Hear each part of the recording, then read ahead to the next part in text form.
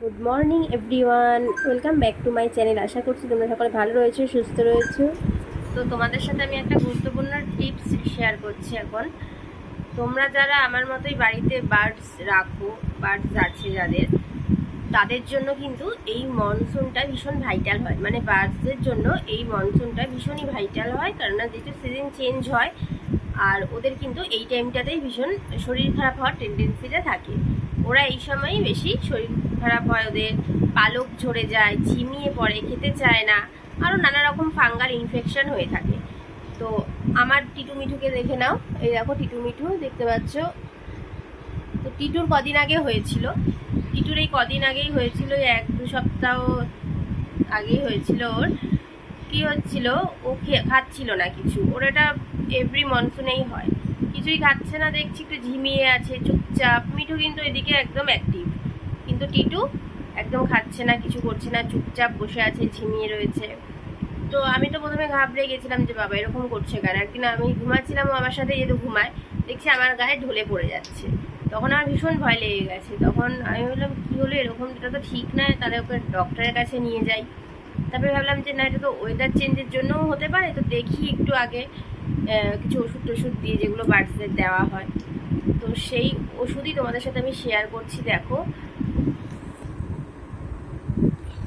এটা হচ্ছে সেই ওষুধ, দেখতে পাচ্ছ, এটার নাম হলো সেফাই হায়াত। খুবই ভালো একটা ওষুধ, এটা পুরো একদম রামবানের মতো কাজ করে। আর পাখিদের যে কোনো ডিজিজ এই ওষুধটাতে কিন্তু একদম ঠিক হয়ে যায়। এই একটা ওষুধেই যে কোনো ডিজিজ পাখিদের একদম ঠিক করে দেয়। এখানে লেখাই রয়েছে এর মধ্যে কি কি রয়েছে, আর এর উপকারিতাটাও লেখা রয়েছে।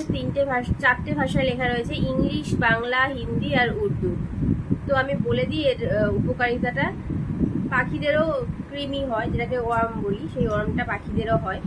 কৃমি, বদ হজম, ল্যাংড়া হওয়া, মানে পায়ের ঠায় কিছু প্রবলেম হলে বা পা খোঁড়াতে যদি দেখো হাঁটতে পারছে না ঠিক করে, ঘাড় বেঁকে যাওয়া, চুন বা সবুজ পটি করলে, সর্দি কাশি হলে, পাখিদেরও কিন্তু সর্দি কাশি হয়, আমার টিটুমিঠুরও কিন্তু সর্দি কাশি হয়, পুরো মানুষেরই মতন। ওরা যখন হাঁচে তখন কিন্তু মানুষদের মতো ওদেরও নাক দিয়ে যেটা বেরোয় সেটাই বেরোয়। তারপরে ভাইরাস জনিত জ্বরও হয়, বার্ড ফ্লু যেটাকে বলে, বসন্ত, কলেরার মতন রোগেরও এই একটা ওষুধ। উপসর্গ দেখলেই এই ওষুধটা তোমরা ইউজ করতে পারো। আর এটা পুরো আমি বলবো রামবানের মতো কাজ করে। এটার নিয়মটা হচ্ছে, যেদিন দেখবে যে শরীর খারাপ হয়েছে পাখি, যেদিন অবজার্ভ করবে, সেই দিন থেকে 3 দিন পর পর দেবে। যদি একটা বা দুটো পাখি থাকে তাহলে 3 ফোঁটা, আর বড় জাতীয় পাখি হলে, মানে ম্যাকাও, গ্রে প্যারেট, এরকম জাতীয়, ককাটু, এরকম পাখি হলে 6 ফোঁটা। আর যদি ছোট পাখি হয়, ফিঞ্চ, লাভ বার্ড, এগুলো যদি কলোনি করে থাকে তাহলে তো একবারে 10-12 ফোঁটা দিয়ে দেবে, অনেকগুলো পাখি যেহেতু থাকে কলোনিতে। আর যদি 4টে-2টো এরকম থাকে তাহলে 3 ফোঁটা কি 4 ফোঁটা এরকম দেবে। আমি 3 ফোঁটা করে দিয়েছিলাম। প্রথম 3 দিন দিতে হবে। ধরো তুমি সোমবার দিচ্ছ, সোম, মঙ্গল, বুধ দিলে, তারপরে পুরো স্টপ করে গেলে আর দিলে না। সোম, মঙ্গল, বুধ দিয়ে দিলে, তারপরে পুরো স্টপ করে 7 দিন পর থেকে আবার দেবে। 3 দিন দিলে কোর্স কমপ্লিট। আমি আজকে ওদের দিলাম, আজকে ওদের কোর্সটা কমপ্লিট হলো। তো এই হচ্ছে ব্যাপার, ভীষণ ভালো ওষুধ। আর একটা ওষুধ বলে দিই তোমাদের, সেটা হচ্ছে এই দেখো, জিঙ্কোভিট।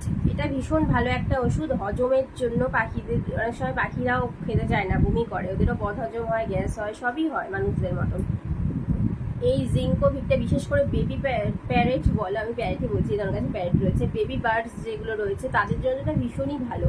এটা 1-2 ফোঁটা জলের মধ্যে মিশিয়ে, ওই তোমার 30 মিলি এরকম বা 15 মিলি জলের মধ্যে 1-2 ফোঁটা মিশিয়ে এটাকে তোমরা দিতে পারো। খুব ভালো ওষুধ। তো এই দুটো ওষুধই আমি ওদের দিই সবসময়। আর এই সেফাই হায়াত, এটা তো একটা রামবানের মতো কাজ করে, ভীষণই ভালো। এটা যাদের বাড়িতে বার্ডস রয়েছে তারা কিন্তু অবশ্যই রাখতে পারো। যে কোনো পাখির জন্য এটা উপকারী। আমি এখানে দেখো টিটিমিঠুদের ব্রেকফাস্ট দিয়ে দিয়েছি, আর ওরা খাচ্ছেও। আর আমি এরপর চলে এলাম রান্নাঘরে, যেহেতু অভি আবার এসে লাঞ্চ করবে না, তো তার জন্য তাড়াতাড়ি করে করছি। আর এখানে শাক বেছে নিচ্ছি আমি, কলমি শাক। এটা রান্না হবে, যে বেছে কাটাও হয়ে গেল, কতটা ফেলেও দিতে হলো, বর্ষার শাক না। আর আমরাও কেটে নিলাম, আজকে একটু আমড়ার ডাল করব। কেননা এর আগের দিন আমের ডাল করেছিলাম, অতটা ভালো হয়নি, আমগুলো পেকে যাচ্ছে। এখন আমরা উঠেছে, এই সময় আমড়াটা খেতে ভালো লাগে। আর এখানে আমি শাকটা ভাজবো পেঁয়াজ, রসুন কুচি আর লঙ্কা কুচি দিয়ে। প্রথমে পেঁয়াজটা একটু হালকা ভাজা ভাজা হয়ে গেলে এই শাকটা দিয়ে দিতে হবে, তারপরে শাক দিয়ে জল বেরিয়ে আসলে নুন টুন দিয়ে দিতে হবে, নুন হলুদ, যারা মিষ্টি খাও তারা একটু মিষ্টি দিতে পারো। তো আজকে সয়াবিন করব, কেননা আগের দিন সয়াবিন খেয়ে ভালো লেগেছিলো। আর বৃষ্টি পড়ছে, মেন কথা হচ্ছে বৃষ্টি পড়ছে, বাজারে যাওয়া হচ্ছে না, তার জন্য আজকেও সয়াবিন করতে হবে। আর সয়াবিনটা আগেও ভালো খায়, আগের দিন করেছিলাম ভালো খেয়েছিল। আর আগের ব্লগে যে দেখিয়েছিলাম ডিমের যে পোচ করে যে কারিটা করেছিলাম, ওটাতে না অনেকটা গ্রেভি বেঁচে গেছে, তো অতটা গ্রেভি নষ্ট করবো কেন, বেকার। তো আজকের তরকারিটাই দিয়ে দেবো সয়াবিনের। আর এখনকার যা দিনকাল, কোনো কিছুই ওয়েস্ট করা যায় না। দেখো কতটা গ্রেভি বেঁচে গেছে, যে ওটা দিয়ে আমার পুরো সয়াবিনটা হয়ে যাচ্ছে। তো এই ছিল আজকের একদম সাদামাটা লাঞ্চ আর ঝাড়া খাবারও। ব্লগটা বেশি বড় করলাম না, আজকে তোমাদের বার্ডসদের সম্পর্কে কিছু বললাম ব্লগে। যারা বার্ডস রাখো তাদের জন্য কিন্তু খুব হেল্পফুল হবে। ওই ওষুধটা তোমরা এনে রাখতেই পারো ঘরে, ওটা যে কোনো বার্ডসদের জন্য আর যে কোনো ডিজিজের জন্য বার্ডসের ওপর কার্যকরী। তো এই ডালটা আমার ফোড়ন দেওয়া হয়ে গেল। এবার আমি একটু ডালের ওপরে এই কাঁচা লঙ্কা দিয়ে নিচ্ছি, দারুণ লাগে খেতে। এরমভাবে একবার তোমরা করে খেয়ে দেখতে পারো। আর ভিডিওটা ভালো লাগলে কিন্তু অবশ্যই লাইক করো, আর সাবস্ক্রাইব করে না থাকলে সাবস্ক্রাইব করো। দেখা হচ্ছে নেক্সট ভিডিওতে, বাই।